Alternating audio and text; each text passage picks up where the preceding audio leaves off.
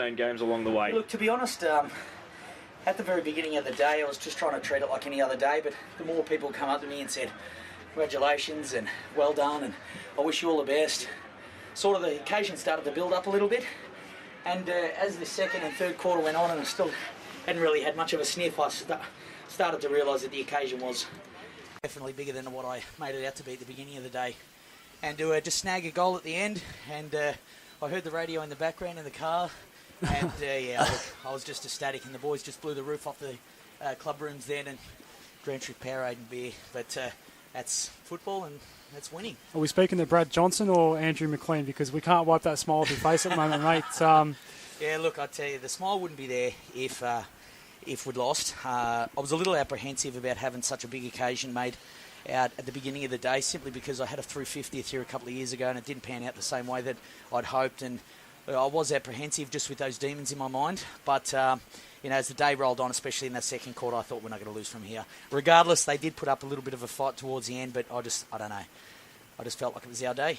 Occasion aside, this is a great win for your footy club. Yeah. And a great turnaround as well. I mean, pretty sure you would have been relegated last year had it not been for Burnside Heights, and all of a sudden, 12 months later, you're probably going to play finals footy. I mean, that's an incredible turnaround, and you can see it in this group. I mean, even the crowd today, up and about, the atmosphere is really, really good at this club at the moment. So absolutely. Seems like you're ticking all the boxes so far this year. Yeah, look, there's a saying that it's always darkest before the dawn, and it was very much the case. A lot of people had their backs against the wall, and a club can either go two ways, and we really put in a lot of effort. Even last year, the effort was there. There was just no result.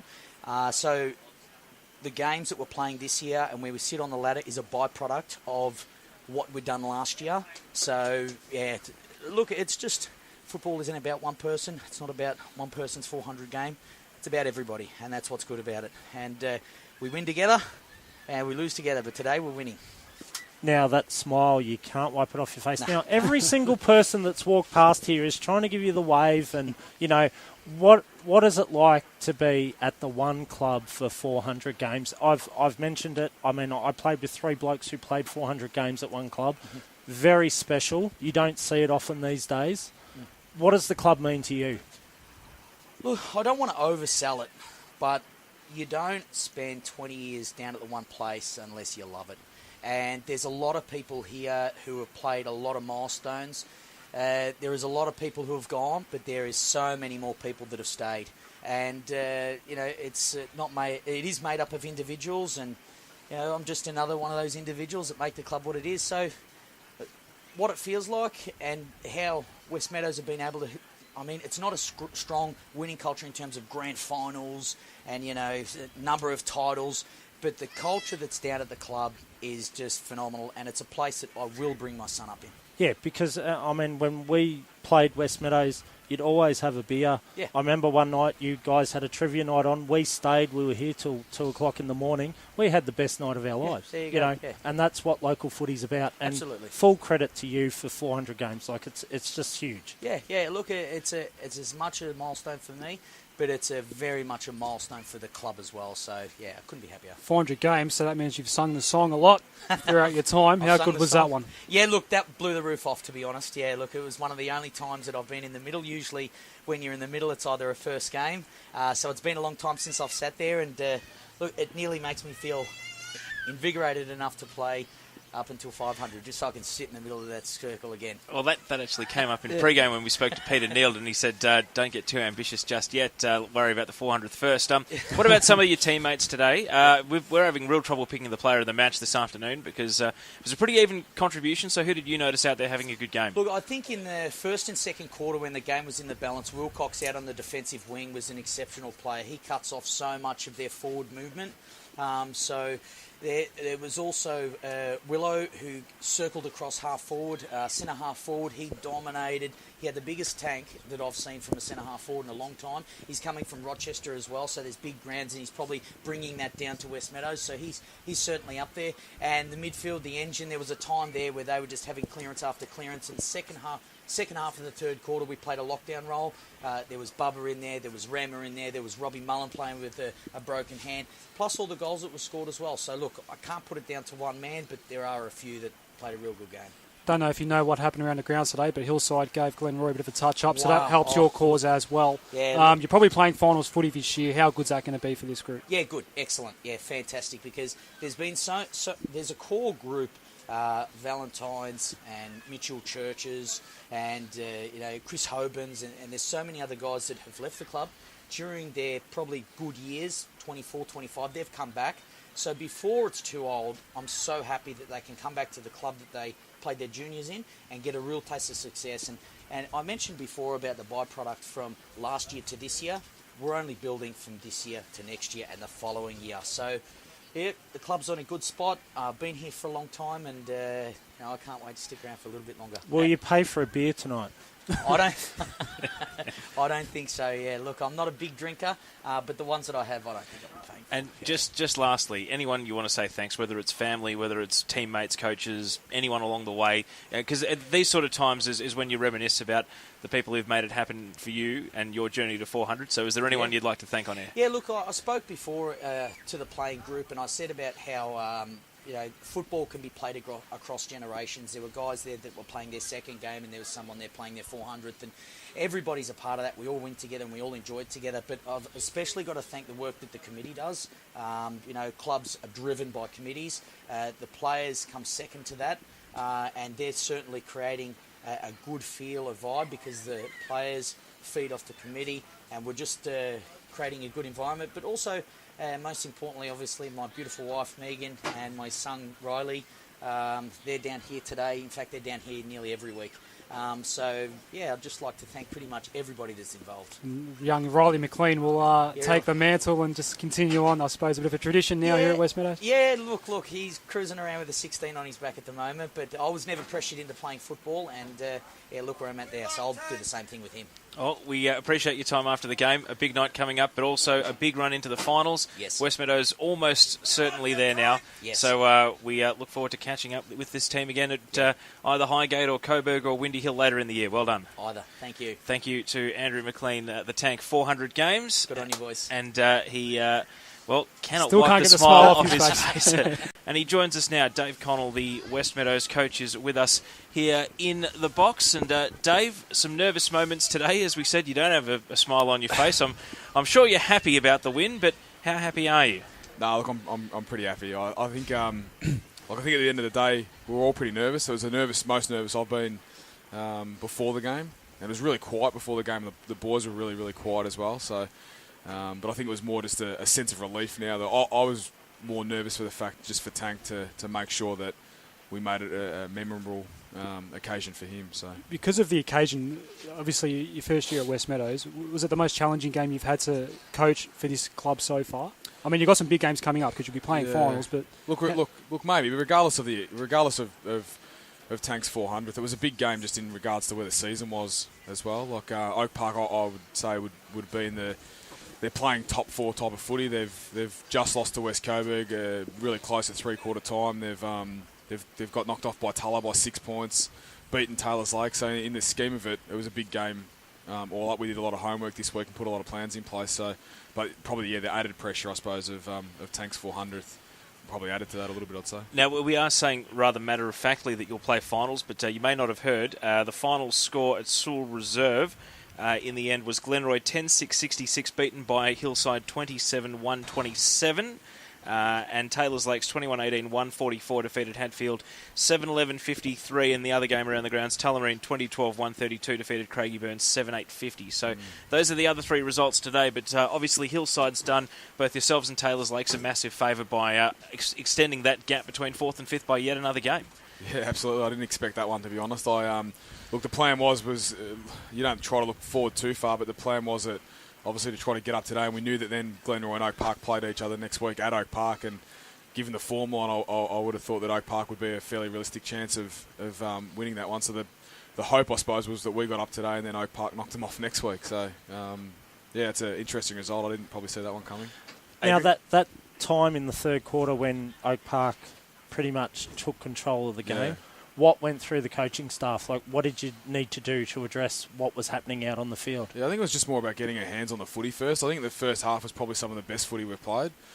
I thought we controlled the stoppages, and probably more importantly, we controlled the outside of the stoppage. And I just felt that in the third quarter that even though we were getting our share of the stats indicated that we're still breaking even in the stoppages, I thought they started to get it on the outside of the stoppage a little bit more. They started to get some free kicks, and I thought that was just more that our guys were second in, where I thought in the first half we were winning a lot of those contests. So I thought, I wanted three-quarter time to come.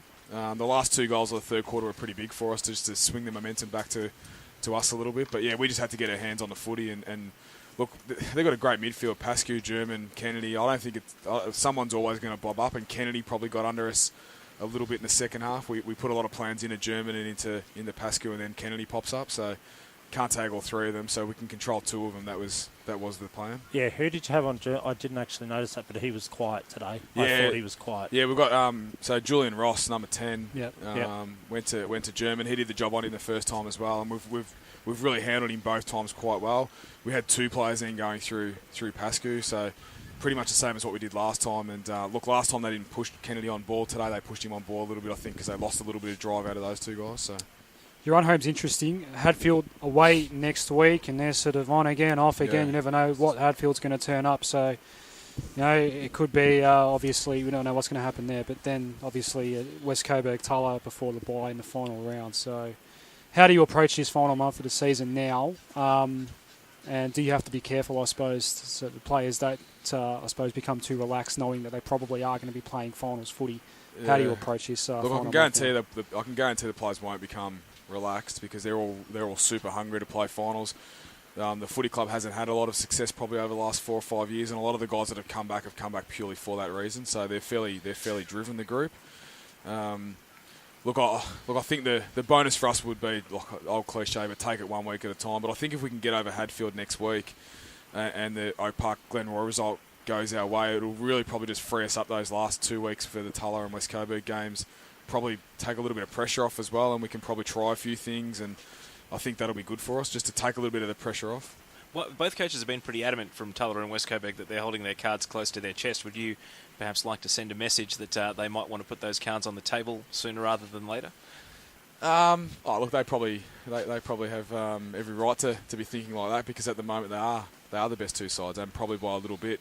Look, I think we showed today in the first half that if that's the level of footy that we can play for 4 quarters, that we can challenge anybody. And I think we've got a good enough list to be able to do it. I think as the year goes on, we'll get better and better because it's such a new group of guys and takes time to gel and things like that. So there's plenty of upside with us, but yeah, at the end of the day, you still got to get the job done. Just one more question. Just looking at the draw again, there's a lot of conjecture about the bye, even at AFL level at the moment. You've got the bye in the final round. Does that help or hinder your cause? Well, I think it helps, to be honest, because at the end of the day, if we're in the finals, we'll be the only side that gets the bye the week before to freshen up. So I know where I come from the Western region. It's a top 5, and the top side gets the first week off. So essentially, we could finish 4th and get a bye the first week, like the week before the finals, to freshen up a little bit. So if we're already safe, then I think because you get the 4 points for the bye, it's probably helped. I think that's probably been a good thing. So now, last one.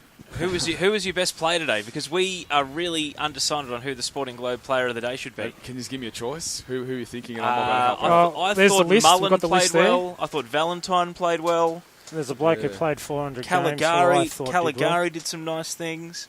I liked Church. Yeah, look, I've got no idea, to be honest. I think today was probably the most even performance we've had. Some guys did some jobs. Sacrifice their own games. I thought Aaron Ramsey was pretty solid all day in terms of our main sort of midfielder trying to get the footy. Our ruckman rucked all day against Bloomfield, so I thought he was good. I don't know, Adem Turner down back was pretty good as well, I thought. So I'll let you guys choose. Oh, we're no closer to an answer there. We'll have to put it to a vote. Yeah, we might work that out later. But I think it was our most even performance, and that's probably the most pleasing thing. So, Dave Connell, thank you very much for joining us, and all the best for the rest of the season. We'll see you in September. Cheers. And we have assistant coach Craig Prigg joining us in the commentary box. A frustrating result. We've seen Oak Park 3 times this year, 3 similar sorts of games and similar sorts of margins, with your team just unable to get the run of goals needed to hit the front. Catch-up footy all day today again. Yeah, look, it's a bit of a common theme of us at the moment, unfortunately. Look, we got off to a bad start. They seemed to go forward with more set than we did, and they got the score on the board early. So, we've got to address that, and we did at half time. But we can't play a half a game and win. When you had the run of the game, it was 4 goals in 6 minutes. We saw it against Hadfield earlier in the season. We saw it against Glenroy earlier in the season. Just Oak Park's best footy is devastating and high-scoring footy, but how come it only appears ever so briefly? Look, I think it's a mental thing, obviously. The guys before this year hadn't won a game for like 2.5 years, so we had to rebuild and get it into their heads. And it's a mindset thing. That's all it is. I mean, you get a bad start and you're going to chase tail all day. And we've done that again today, and we've done it probably 5 or 6 games, to be quite honest with you. So we've just got to get the mindset right and get off to a good start. If we get off to a good start, we win the games. What was the mood like in the rooms after the game? Was it a familiar feeling for some of the players, or was there anything different or new about this afternoon? No, look, we're pretty upbeat, to be quite honest with you. I mean, I dare say Dave Connell would have been, having heart palpitations halfway through the last quarter when we got it close and that. But, no, we're upbeat. We're not going to let anything else sort of set us back in what we've set ourselves to do second half of the year. So we're on track pretty much where we want to be at the moment. At times, your forward line looked dysfunctional, but Harris and Clare presented well at times during the game as well. A real, flowing one moment and stagnant the next. But just to comment on those two guys and how they presented, because Clare ended up with 4 goals and 3 of them in the last quarter. Yeah, look, we started Dean on the wing. Obviously, we go for our matchups, and his matchup was on the wing. So when he went forward, he's got a good pair of hands, and he's a offset to Aiden Harris. So it's just a question of sometimes they go to the same spot. If we're going to go to different spots, more options, then obviously we're going to be a lot better down forward. But we've still got to get the ball down to them. So we have to adjust how we set up in the centre and all that type of stuff as well. So yeah. Any issues with bouncing back after what was a pretty big win last week against Taylor's Lakes? Nah, none at all. Nah, I mean, look, during the week, everything's been upbeat. We're still upbeat now.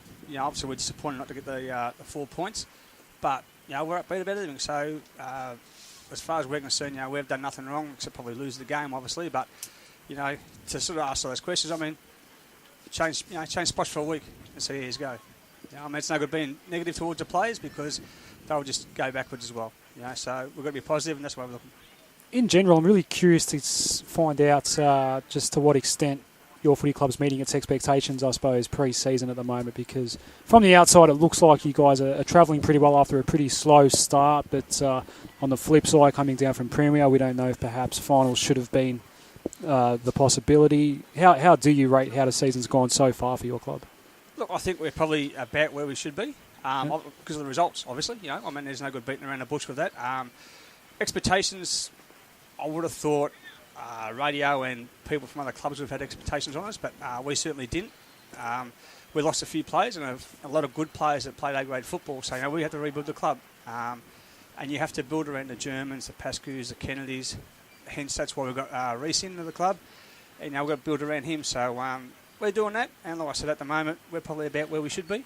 And this one might be better suited to Ben than yourself, but Bo Nime was playing under 18s today. Can you give us an insight as to where his footy's at, if he's going to be back in the senior team, or is he out of form or injured, or what's the story there? No, Bo's just been carrying a bit of an injury, and we've had a talk with him, and he's definitely a senior player. But with young kids, you've got to give them time to get their head around the senior football. With same with Brad Cox, he's under 16 kid coming through to the under 18s, and he's played the last 4 weeks, I think, in the seniors. So, Bo's probably just behind Brad at the moment, and he has to get to the track and do the hard work to get himself back in the seniors. But he's a required player, and he'll be playing a lot of senior footy next year. Adrian, I'll give you the last question. Have you got one? Yeah. What was the build-up to today? It was like a final? Look, it was pretty much like a grand final for both sides. If we win today, all of a sudden, Glenroy snuck a bit closer to Westie, and they're under the pump to stay into the 4. But for us, it was a big day, and we let ourselves down, obviously. But like I said, it was like a grand final, really. If we win, and we win the last 4 games, and a couple of results go our way, we were a chance to actually maybe make 4, So, but like I said, we reassess now, and we aim to win every game from here to the end of the season. Well, we appreciate the honesty, Craig, and all the best for Oak Park for the rest of the season. Thanks for joining us, and all the best bouncing back for next week. No worries, guys. Thanks very much.